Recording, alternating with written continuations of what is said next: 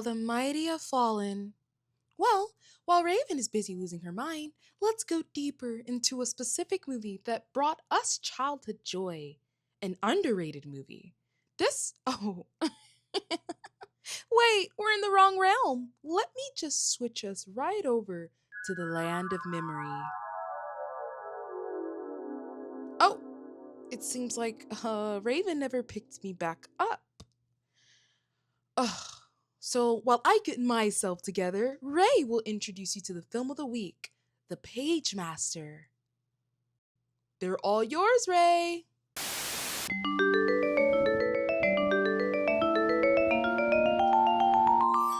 Welcome to this episode of Memory Mage.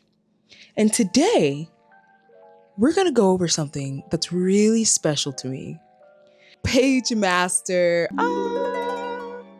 This is the same VHS that I've had since a kid. I have no idea where the case is, but this movie was everything to me. I played the shit out of this movie. I'm surprised it's still working, but it is. I was able to digitalize it and grab some of the footage to show people. I'm just really excited. This movie was also kind of the precursor to my interest in libraries. I used to want to go visit libraries in hopes that paintings would wash over me. Oh my God, blah. I can't talk. Where's my caffeine? Wash over me and completely transport me to a new world. This was that movie, I will say. So today, I'm going to walk you through that movie. If you've never heard of Pagemaster before, I'm sorry. I don't know what you were doing in your childhood, but I'm going to walk you through this entire movie. And I think we should rate it together. Let's give a childhood rating, and then let's give a adult rating, okay? When I rewatched it this time around as an adult, I realized that okay, maybe the reviews were onto something, because this film did not receive many great reviews, and now as a rewatching it as an adult, I understand why. There are some flaws. There are some flaws. And we're going to talk about it. I'm going to express that as I'm going through it. So let's get into it. The Pagemaster.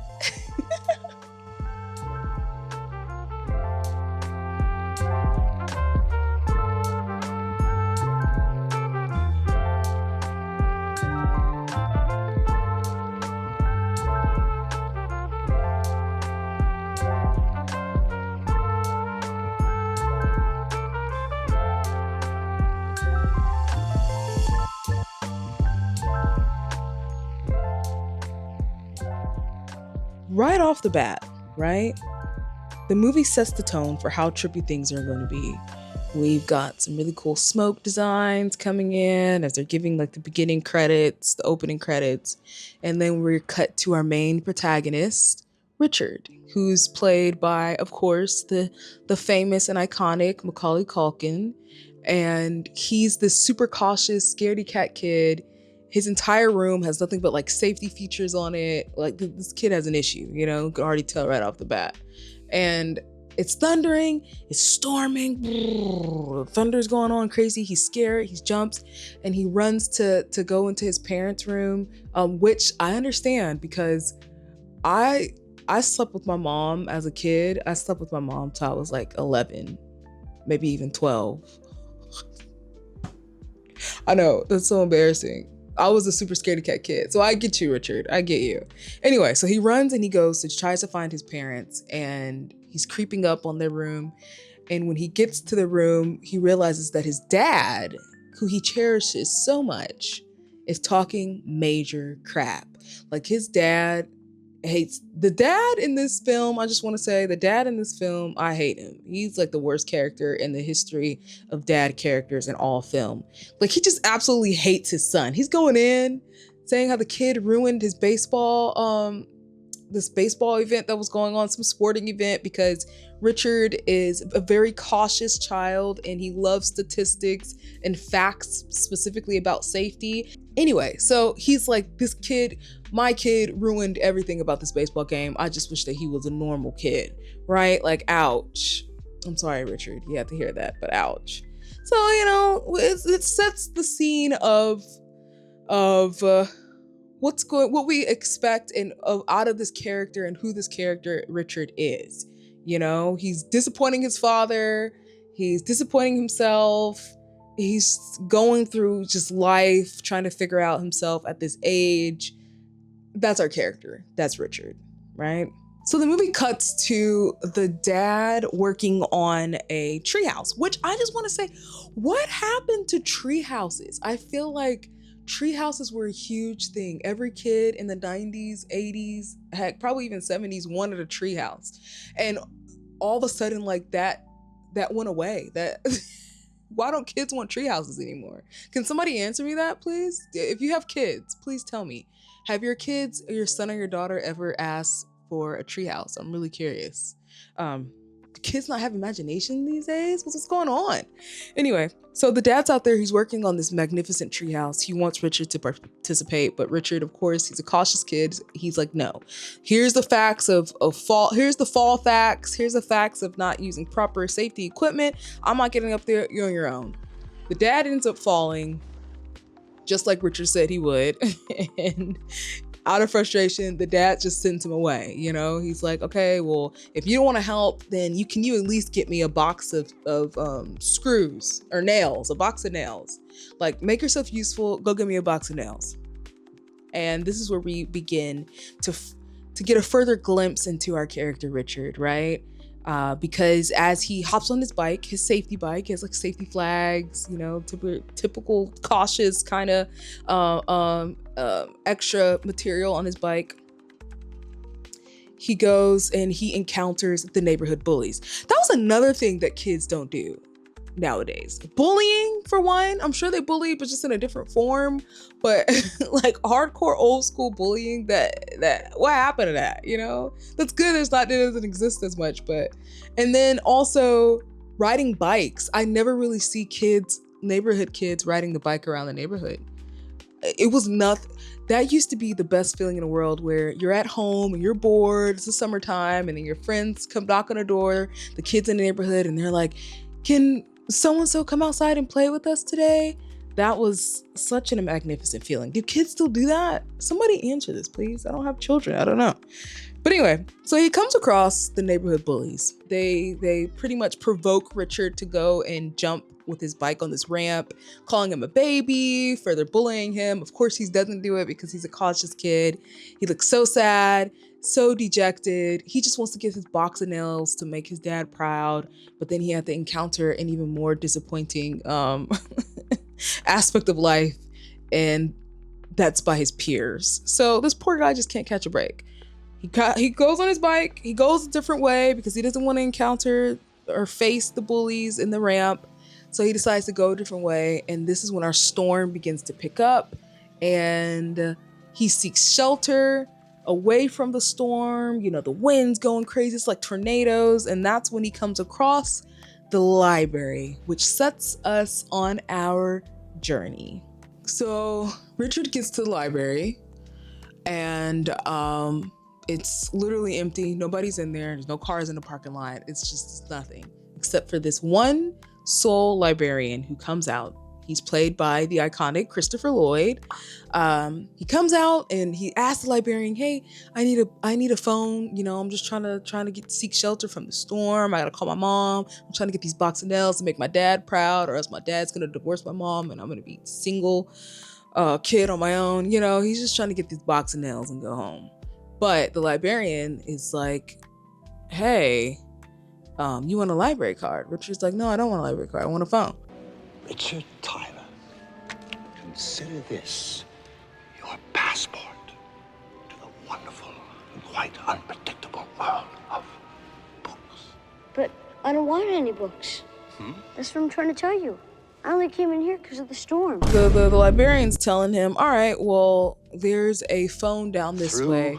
There. You'll find what you're looking for," right? As in, there's a little bit of a hint that there's something more than just the phone at the end of the aisle. So Richard's going. He goes in between these bookshelves that all converge into this one open space, and a circular space.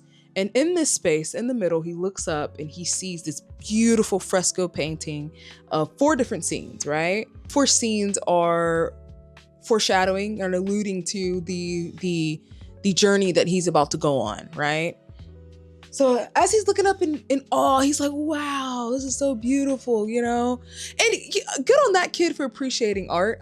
I feel like if that were a normal kid, nowadays, he would not have stopped to look up and appreciate the beauty of a beautifully painted fresco. So I like this kid, you know? Anyway, so he's looking up, he's in awe, wow. As he's looking up, the water from the rain and the storm outside is dripping, and there's a pool of water puddling at his feet. He goes to take a step, slips, boom, hits his head, right? He hits his head, and then he gets up, he winces in pain. He looks around, he's disoriented, and stands up, like, what the heck just happened? Then all of a sudden, the ceiling, the fresco painting, begins to drip. The paint is dripping from the ceiling onto the floor. And as a child, when I watched this scene, this was one of my favorite scenes in all of cinema as a kid. I just really love, this is the paint scene. It was just so amazing. This scene was so cool. So anyway, so the paint is dropping. All of a sudden, it starts melting down on him. And he runs, he dashes in between the bookshelves. He's trying to escape this paint. It's like waves of paint crashing into books. He's tripping out. Ah, what's going on? He's running.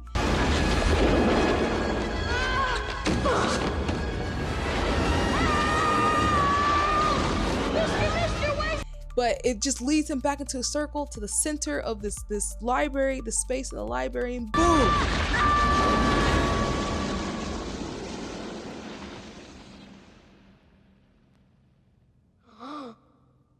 And then he becomes a cartoon. Yay! So now we have transitioned from our live action into our animated side of the film.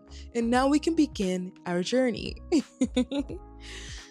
This is where the meat and potatoes of the movie begins. And this is where I also begin to have a lot of issues with this movie. And I will explain even further. But first, we need to get some tea. Everybody got their... Oh shit. We need a tea break. And now, a word from our sponsor, Redcar. For cat consumption only. So grab those kitties. 一日中昼寝をしていましたか？内部にエネルギーが滞留している新しい猫の夜食をご紹介します。レッダー。この美味しいドリンクを一口飲めば日が昇るまで、あるいは太陽が目覚めるまでズーミーを楽しむことができます。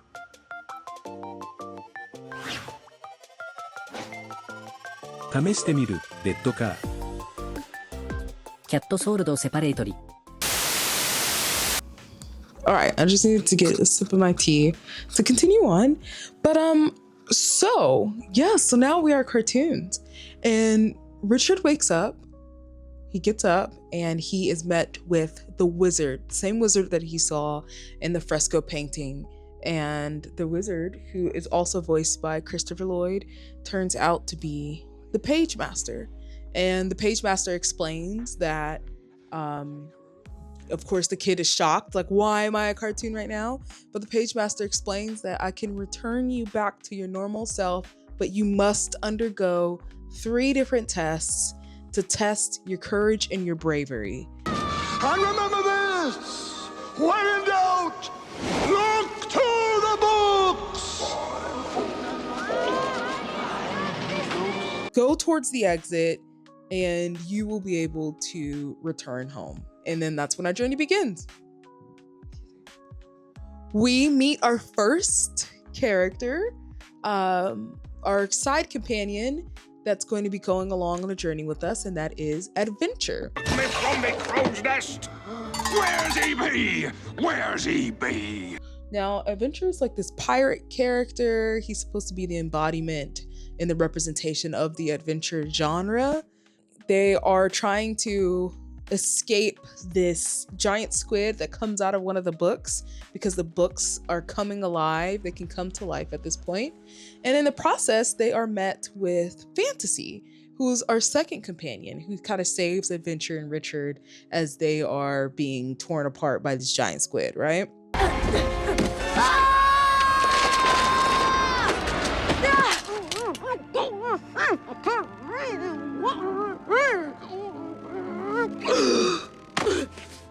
What are you doing grabbing me like that and messing up my pantyhose?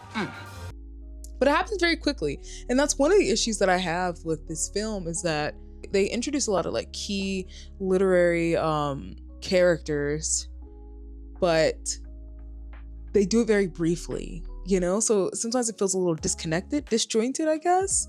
It feels very rushed because the giant squid only happens within like 10 seconds and then they move on to something else, you know? So yeah. So at this point, Key meets the two books and they're like, oh gosh, finally we get to get out of here. We've been shelved for so long. Finally somebody wants to check us out. We'll help you if you help us. Like, check us out. We'll help you get to the exit. So they're like, okay, come on, let's go. Let's adventure. And this is where we enter into the first out of the 3 tests.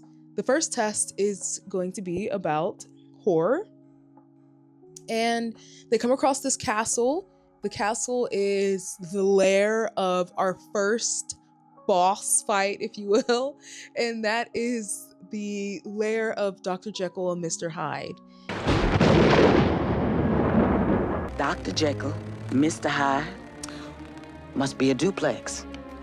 Now, this is the second issue that I have with this movie, right? Because these are supposed to be the most important factor of this film and something that's very important to the main plot, which is the tests, right? The test of courage and bravery that he's supposed to undergo. However, when he gets to horror, the entire scene for this first test only lasts less than 7 minutes. It literally takes like 5 or 6 minutes, where you meet Dr. Jekyll and Mr. Hyde. They fight Dr. Jekyll and Mr. Hyde. They meet the third companion, the third character, book horror.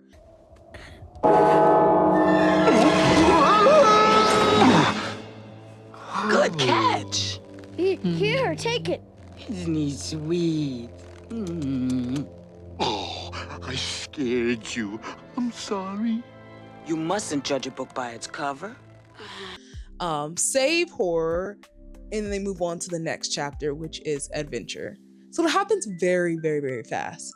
And in that mix, Dr. Jekyll and Mr. Hyde is such a complex character, but he only has one line and then he transforms and that's it. It's like, okay, we're not gonna go further into this, you know? So I had kind of an issue with that. But I will say that one of my favorite scenes during this test of courage in the land of horror is when the book horror gets trapped under the chandelier that falls and he yells out, "Sanctuary! Sanctuary!" The library book. Sanctuary! Sanctuary!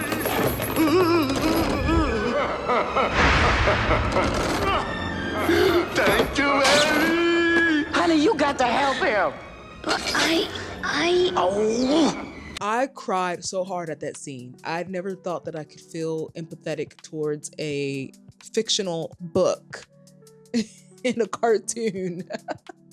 But I did. I felt so bad for horror. This entire movie, he was my favorite character.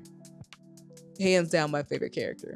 This is also where we see Richard kind of somewhat fail a little bit his first test, because at this point he's supposed to help out his friend, have bravery, but he doesn't. He runs. He dips out of there, which makes me not like him. I'm like, maybe your dad was onto something. But he dips, and Fantasy ends up saving horror from Mr. Hyde. But however, even though he did not help horror escape from Mr. Hyde, he did conquer his fear of heights, because they're at the top of this castle. They've got to escape. They have to get down to the shore. He conquers a little bit of his fear of heights in order to escape the castle successfully, where they get to the shoreline and they find a boat and continue on with their adventure, just like that. it went by so fast. Like, can we slow down a little bit? This is where they enter into the second test, which takes place in the land of adventure. A boat! Is it safe? I wrote the book on sailing. In fact, I am the book on sailing. I'm impressed. They find a boat, they go onto the ocean, and they very briefly show a scene that's supposed to relate to the infamous story of Moby Dick. But it literally happens in 30 seconds. Again, they tried to implement these classic stories in literature, but they're trying to do too much. They're just trying to do too much. They should have stuck to one story in the one genre and just beef that one story up. Because Moby Dick's like, oh, look, a whale. A whale comes, smacks the boat. They lose horror and fantasy. And now it's just Richard and adventure. Then we come across pirates. Sharks! We may be joining them other two sooner than you think. Hey, look! Help! Help! Over here! Careful, Nate. Not all sharks are in the water. The pirates approach the boat. They pretty much take them prisoner. And we enter into Treasure Island. They get to the island. They find the treasure, which is the sword.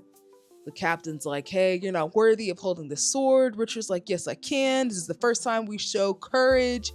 He points the sword at the pirate captain, forces the pirate captain to go back on the boat, and he goes away. That happens quick too. We're like, okay, all right. But we do see a change, a little bit of a shift in character in Richard, our protagonist. So that's a good thing. And then fantasy and horror ends up saving Adventure and Richard. They escape. You can't really have an emotional attachment to any of these characters because things go so fast.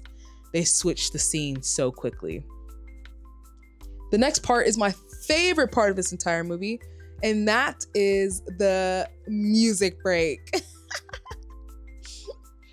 I love this scene. I forgot about this scene until I rewatched it again, and I was amazed.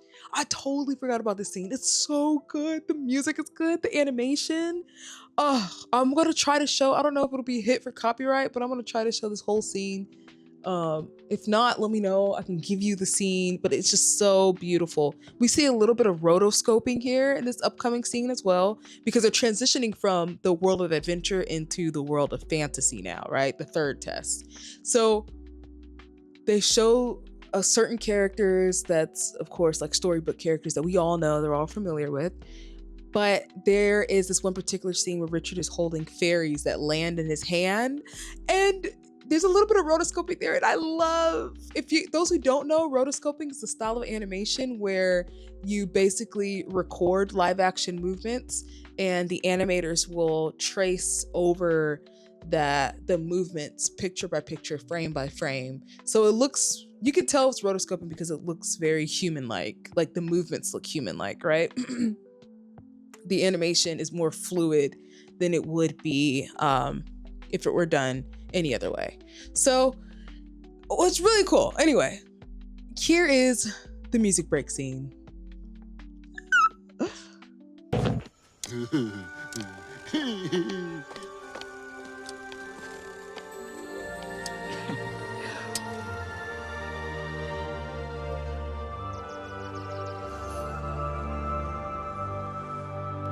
Whatever you imagine is where your heart can go. There are worlds filled with treasure, time without measure, to learn whatever you may need to know. Imagine you and I could fly. Look, Mother Goose! Hey, girl. And leave all our doubts and fears behind. Hello, my little babies. Hi. You See, that's just what can happen if you look inside your mind. There's no limit to the wonders you can find. Whatever you imagine can make your life bright. There are miracles waiting, so keep concentrating. And I promise you that if you do, whatever you imagine can true. Wait for me! Wasn't that just amazing? Oh my gosh. When I watched that, I cried. I have no idea why I cried, but I did. It just brought back so many good memories. It was such a great scene. Such a great scene. One thing that I did recognize is the Yellow Brick Road, which was so cool. At the end of the music break scene, you see them going down this Yellow Brick Road. It's like the story of Oz. He's an Odyssey in Oz, in the land of Oz. And they get to the final destination, which is the dragon's den. They think it's just a cave. They see this exit. They're like, okay, perfect. We just gotta go through this cave and then climb up these rocks. We were at the exit. But it turns out it's a dragon's lair. So now we begin our final boss. All right, so when this scene starts, there's a really cool like animated fire scene as they're going through the trees.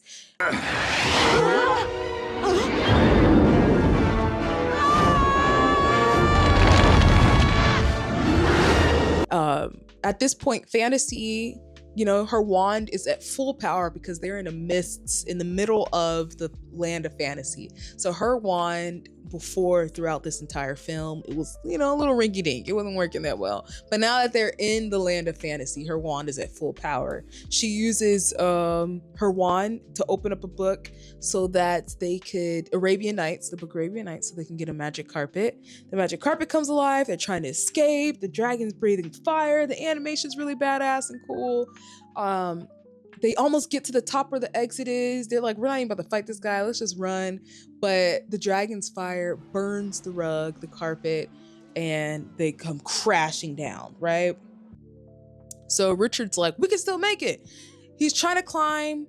And meanwhile, his friends down at the bottom of the den, they're fighting for their lives. Like the books are getting tore up by this dragon, right? And you're thinking to yourself, like, this goddamn Richard, like we thought that he was going to be courageous, but he's leaving his friends. Like, did you not learn anything for these past 2 tests that you've done? But then he has a change of heart as he's climbing towards the exit. He has a change of heart and he's like, you know what? I am going to help my friends. And he comes back down.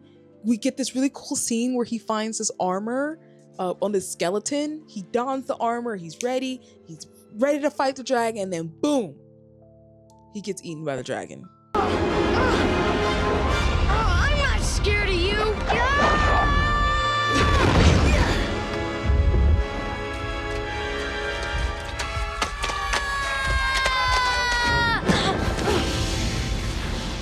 But never fear, because our protagonist, Mr. Richard, has learned how to be brave so he can take on whatever obstacle is thrown his way. And you know what he does? He takes on that dragon from the inside of the dragon's stomach. Because as the books were fighting the dragon swallowed Fantasy's wand, so they were powerless.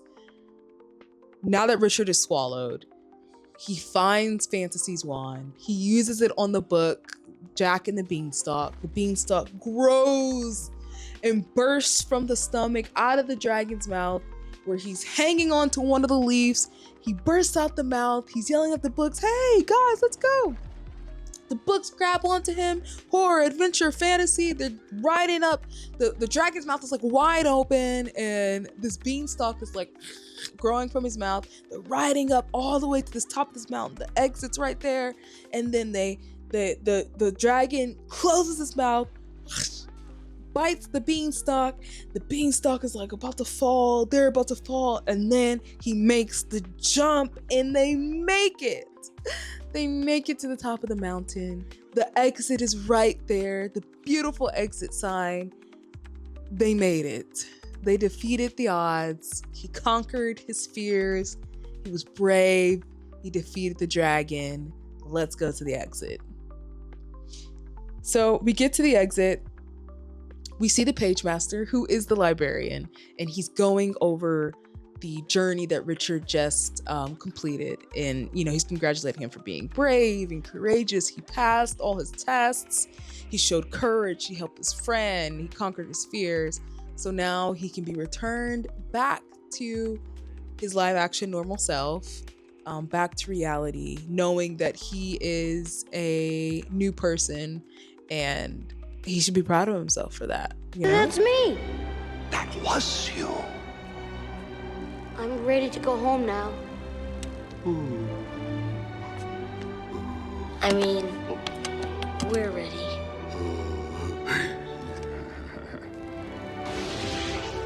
The world awaits. Whoa! Godspeed to you, boy! Wait for me!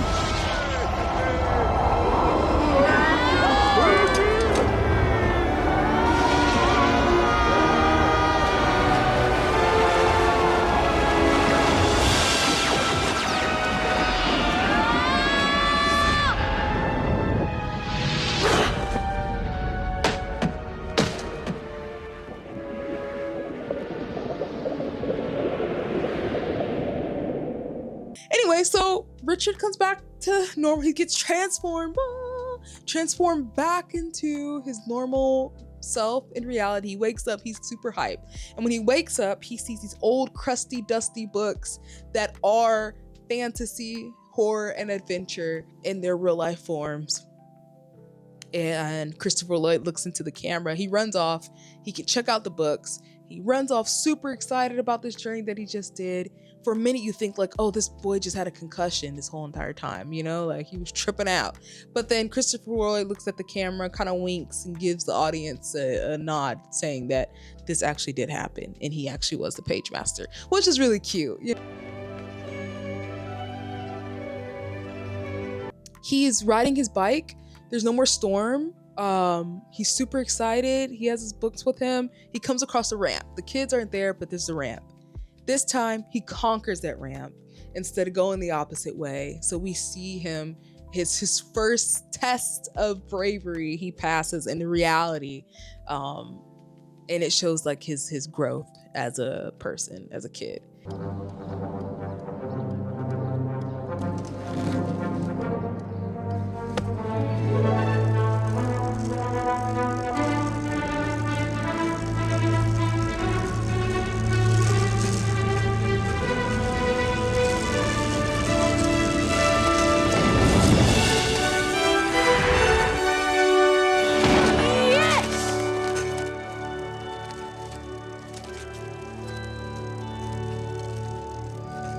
Good.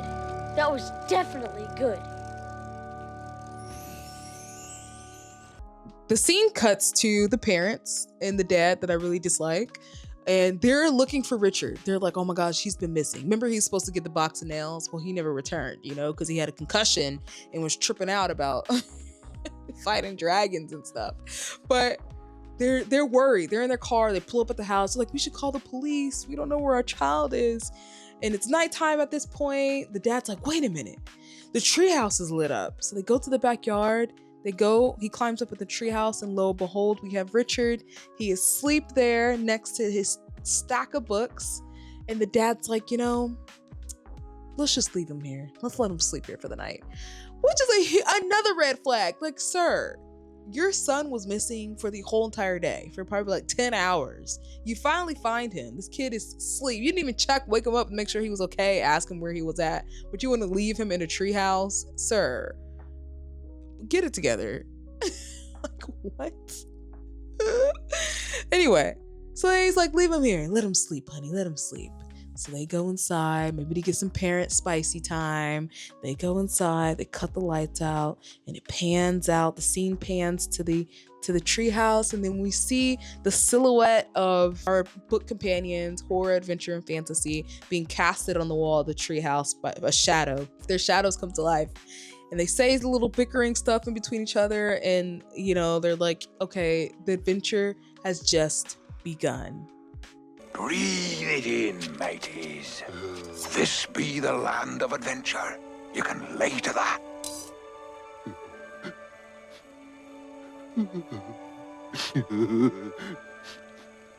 Come here, handsome. Why are you crying?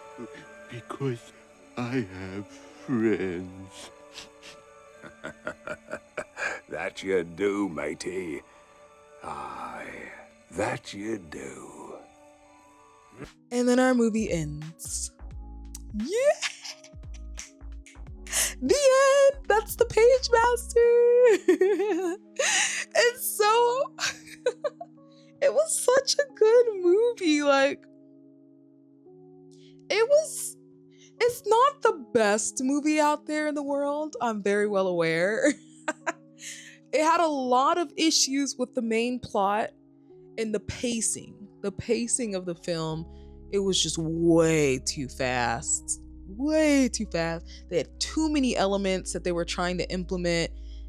I think that it would have been a stronger movie had they just focused on one iconic classic piece of literature per genre, per test, and just beefed that up, focused on that, and shot the scenes that way.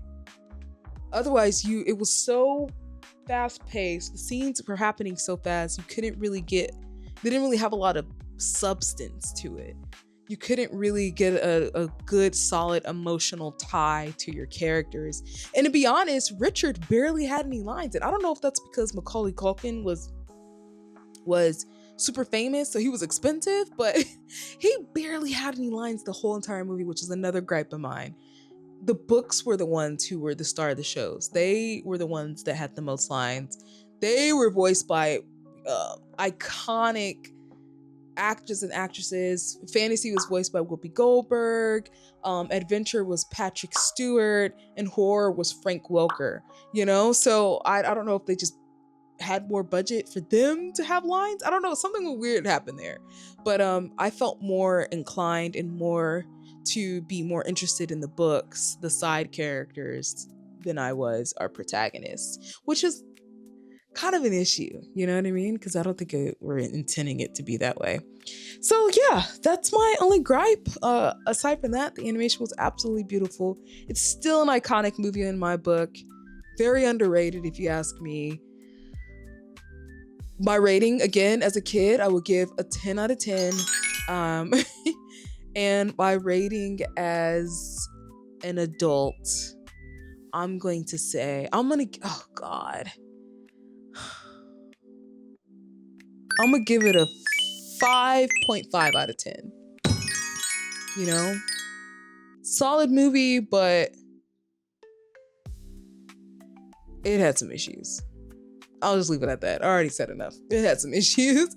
Anyways, okay, I've been talking for long enough already. Thank you so much for watching. I'm sorry this is longer than usual, but I gotta figure out how to do this. But talk less. It's very hard to walk through an hour and a half movie and review it. I gotta figure out how to do this so it can be a lot shorter. Thank you for watching so much. I won't hold you up. And thank you for just entertaining my shenanigans while I try to figure out the logistics of things. I'm still trying to figure it out, still trying to get the feel. I have no idea what I'm doing. However, the most important aspect of this is just remembering the things that bring us joy and the things that bring us happiness as we navigate through this really shitty world that we have right now. So I wish you guys nothing but the best, and we shall see what Barbie will bring us next month. Bye, guys. Let me know if you have any other recommendations of childhood movies that you like. Let me know. Maybe I can check them out, see if they have any VHSs lying around. So anyways, I gotta go. My tea is cold now. Bye.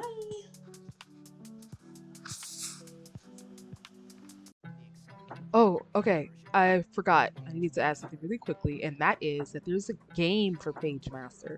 I never knew this until I watched the VHS, and this was one of the previews that played before the movie started. So that's really cool. I'm gonna try to see if I can find the game because I do have a Sega Genesis, but we'll see. I'll let you guys know. For real this time, bye!